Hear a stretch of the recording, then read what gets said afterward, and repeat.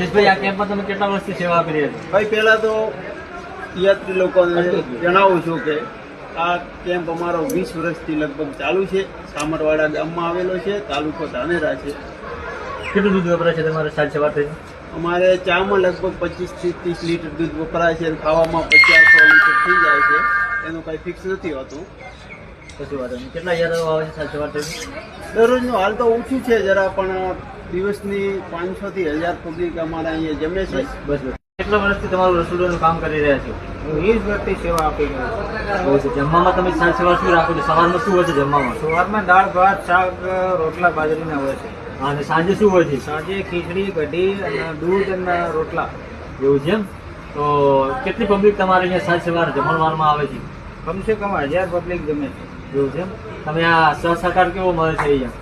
સારો મળે છે. નાવા ધોવાની સબ સુવિધા મળે છે.